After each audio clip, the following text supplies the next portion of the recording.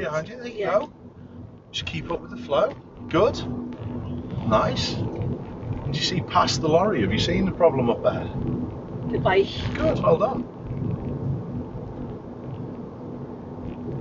What we're going to do at the roundabout is a left turn. So we're going to have to deal with him, aren't we? What do you do with a left turn, Karen? How does the cyclist fit into our equation? What do you reckon? Is it good to flow?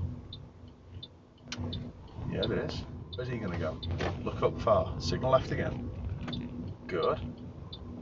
Very good.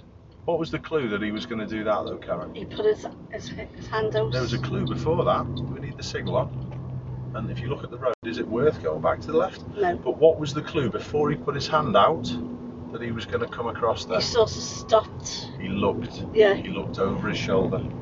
So when you see a cyclist looking over his shoulder, you know he's probably going to come out. Well done. Good Yeah. job. Right at the roundabout, please. He's okay.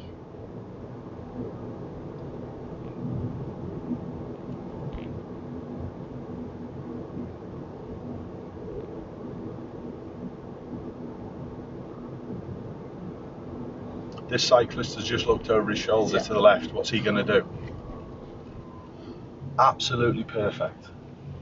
That's what we said before, wasn't it? Yeah. Top draw. I did see him. Top draw. Very good, Karen. Superb. Straight, please, at the roundabout.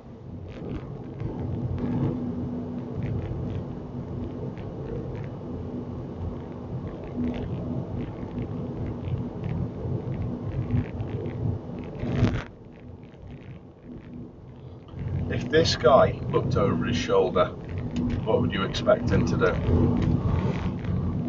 Come over. Good. If a pedestrian looked over his shoulder, what would you expect him to do?